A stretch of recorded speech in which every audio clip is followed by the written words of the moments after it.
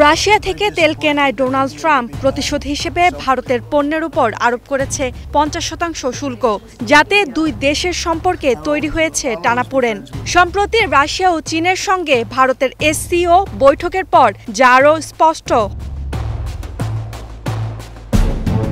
এদিকে উচ্চ শুল্ক আরোপ করায় ক্ষিপ্ত নরেন্দ্র মোদীর সমর্থকরা। সামাজিক যোগাযোগ মাধ্যমে ম্যাকডোনাল্ডস, পেপসি, অ্যাপলের মতো মার্কিন ব্র্যান্ড বর্জনের ডাক দিচ্ছেন তারা। মোদিও জোর দিচ্ছেন স্বদেশি পণ্য ব্যবহারে।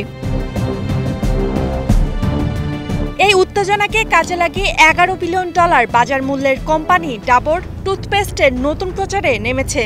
বিজ্ঞাপনে ডাবর টুথপেস্টকে তুলে ধরা হচ্ছে স্বদেশি পণ্য হিসেবে। মার্কিন পণ্যের প্রতি আকর্ষণ কমাতে বিজ্ঞাপনে দেয়া হচ্ছে কিউআর কোড, যাতে ক্রেতারা সহজেই অ্যামাজন ইন্ডিয়া ওয়েবসাইটে প্রবেশ করে কিনতে পারে দেশি পণ্য। 140 কোটি মানুষের দেশ ভারত আমেরিকান পণ্যের বড় বাজার। এমনকি ভারতের ছোট শহরগুলোতেও চলে মার্কিন পণ্য। বাজার গবেষণা অনুযায়ী ভারতের টুথপেস্টের বাজারে 43%ই মার্কিন কোম্পানি কোলগেটের দখলে, আর 17% বাজার ভারতীয় ডাবর টুথপেস্টের।